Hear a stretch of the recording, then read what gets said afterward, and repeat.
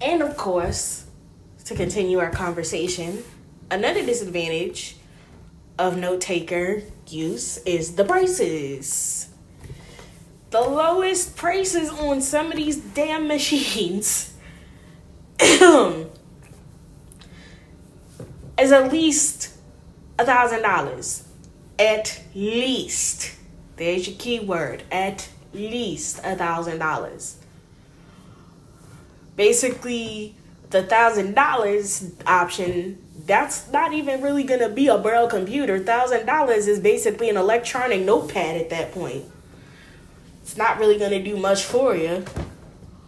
And plus the fact, keep in mind that your school district, depending on how many blind students or visually impaired Braille using students are in the district that people are recommending this option for, that's going to be a bunch of $1 or more $1,000 being spent.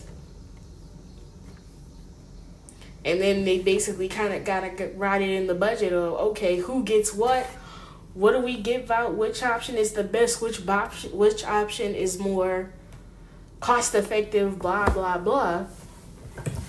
Well, that's the school district.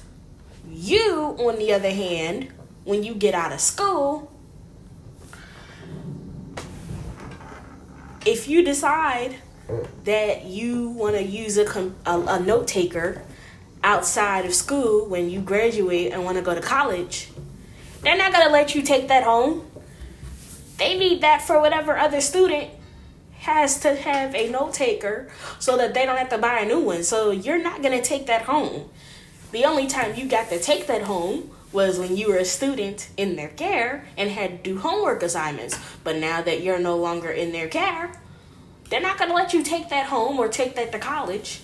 So basically, there's two options.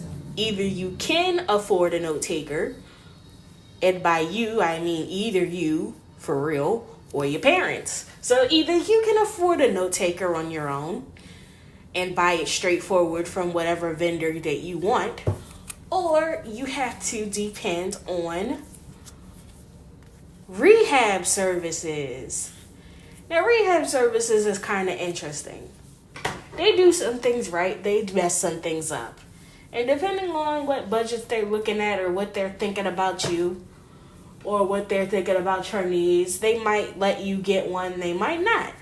And if you really need one and then they try to give you a fuss, then you're going to have to sit there and try to get letters.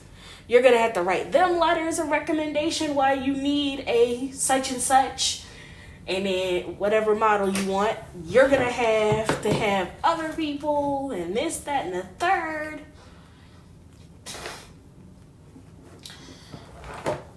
Now, usually, like, sometimes, and this is especially true back in the day, like, say they upgrade a new Braille note, which did happen.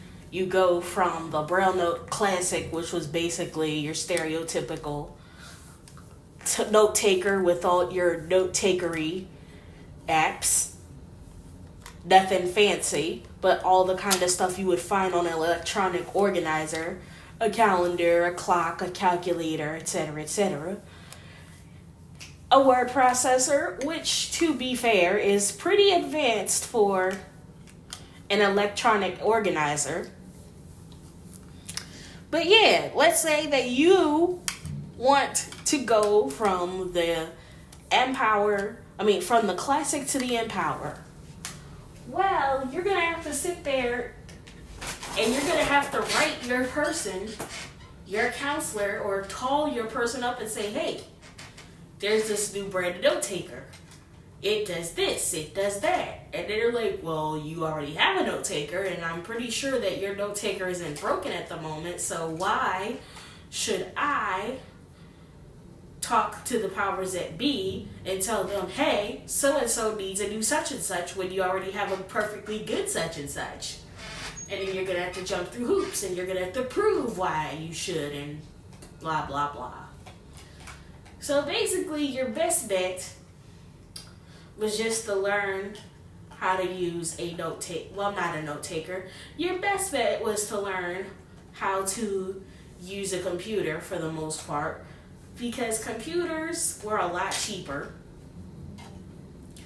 and they would probably be more likely to get you a computer than a note taker, considering the fact that they're not really that expensive. Well, they are expensive, but compared to a Braille note taker, they're really not that expensive, especially back in the day, like in the 90s and 2000s. You could pay like $1,000 for a laptop, which if you get one of them, then you could just use that as your note taker. Just take your laptop from class to class and do your notes with a pair of headphones. Or if you're lucky, maybe you'll get a Braille display from your people, well, from your doors counselors. But yeah, that's why it's important if you get into that kind of situation, especially back then. That's why it was important to have your computer skills so that you don't get stuck after school when it's time to turn that note taker back into your powers that be, whether it be the district as a whole or just your school. You should know your stuff so that you can go out there and do a good job at whatever employment you seek. When they put you in front of a standard workstation, you can hold your head up and say, hey, I can do this. I don't need no note taker to do this stuff. And when you go to college and they say, we want footnotes, we want endnotes, we want this and we want that, I'm like, okay, good. There you go. Instead of sitting there looking like a lost puppy because you don't got no more note taker because you got messed up by the state. And now, truly is the end of my note taker soapbox. And this is definitely how it was back in my modern day.